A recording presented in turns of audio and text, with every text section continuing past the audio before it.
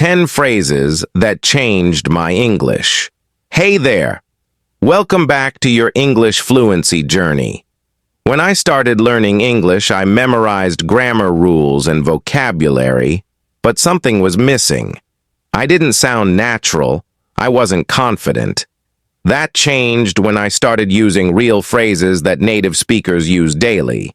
These 10 phrases helped me sound more fluent, make better conversations, and gain confidence.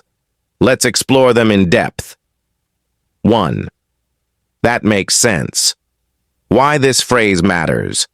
It's a respectful way to show you understand someone's explanation or point of view.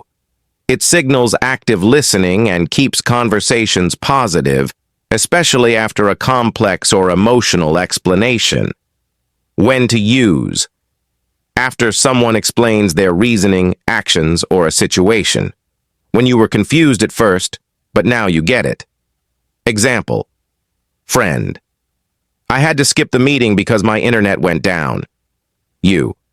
That makes sense. No worries, we can catch up later. You're not just agreeing, you're showing you listened and understood. 2. I'm not sure, but I think. Why this phrase matters. It allows you to participate even when you're unsure. Instead of staying silent, you express your opinion in a smart, non-committal way, just like fluent speakers do. When to use, when giving an estimate or uncertain information, in group discussions or casual conversations. Example. Colleague. Do we need to submit the form today? You. I'm not sure, but I think the deadline is tomorrow. You're contributing to the conversation, not hiding behind silence. 3. Could you please repeat that? Why this phrase matters. We all miss things in conversation. Fluent speakers aren't afraid to ask for clarity, and neither should you. This polite phrase keeps communication clear and respectful. When to use, in meetings, classrooms, or when talking to someone with a different accent or fast speech. Anytime you didn't hear or understand part of what was said. Example. Manager. We'll finalize this after the QBR discussion. You. Sorry, could you please repeat that part? Instead of pretending, you're making sure you understand correctly. 4. By the way.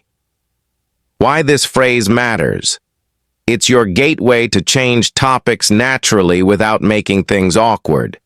Native speakers use it all the time to keep conversations flowing smoothly. When to use, to add something unrelated but relevant. When you remember something mid-conversation. Example. You. That reminds me, by the way, have you tried the new cafe near the office? It keeps the conversation alive and dynamic. 5. That's interesting. Why this phrase matters. It shows curiosity and encourages the other person to talk more. It turns a one-word reply into a meaningful exchange. When to use, when someone shares a new, unique, or surprising idea. To keep conversations going without sounding forced. Example. Friend. I'm learning Japanese in the evenings. You. That's interesting. What made you choose Japanese? You sound curious and supportive. Conversation gold. 6. It depends. Why this phrase matters. Not every question has a simple yes or no. This phrase allows you to explain a situation with nuance, just like a fluent, thoughtful speaker would. When to use, when the answer varies based on the situation, when you want to sound analytical or mature. Example. Question. Is freelancing better than a full-time job? You. It depends. If you value flexibility, freelancing is great. But if you want stability, a full-time job might be better. You're showing critical thinking and balance. 7. I'm looking forward to it. Why this phrase matters. It's a beautiful way to express excitement about the future. Native speakers use it to show positivity and build connection through shared anticipation. When to use when talking about an event, plan, or meeting you're excited for, in emails, texts, or casual conversations. Example, coworker. We're having a team dinner next week. You, awesome. I'm really looking forward to it. You're spreading good energy and engaging socially. 8. Sorry, I didn't catch that. Why this phrase matters. A more casual alternative to, could you repeat that? This one is perfect for informal or fast-paced settings. It shows you're listening and care to understand. When to use, in everyday conversations when you miss something. With friends, colleagues, or in group chats. Example, friend. We're meeting at Paul's around 6, then heading to... You. Sorry, I didn't catch that. Heading where? You're staying engaged without feeling awkward. 9. Let me check. Why this phrase matters. It's better to pause and check than to give wrong info. This phrase makes you sound responsible, calm, and fluent under pressure. When to use, when someone asks you something you're unsure of, before looking at your phone, calendar, or documents. Example, teammate. Do we have a call with the client today? You. Let me check the calendar real quick. You're staying reliable without rushing. 10. Sounds good to me. Why this phrase matters. It's a super friendly way to show agreement. Fluent speakers often use this to confirm a plan in a way that feels light and warm, not robotic.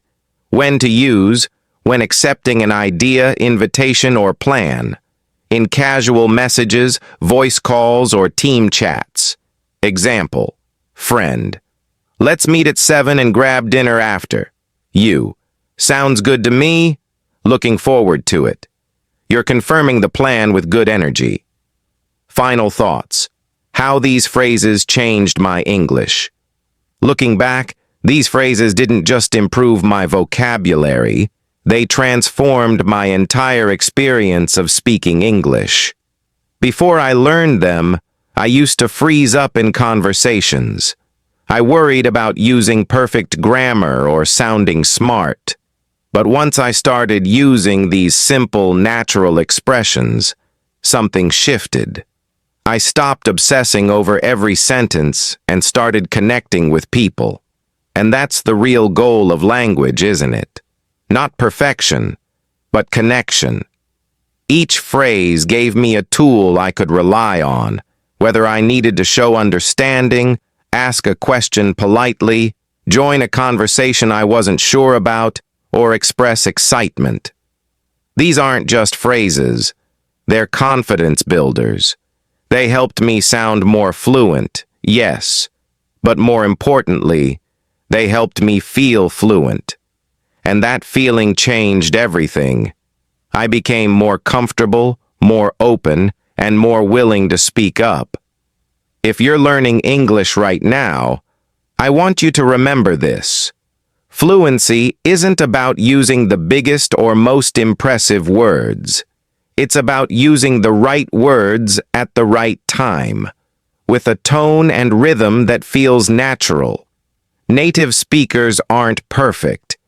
They just know how to express themselves clearly, comfortably, and with confidence. And you can do that too, starting with the phrases in this list.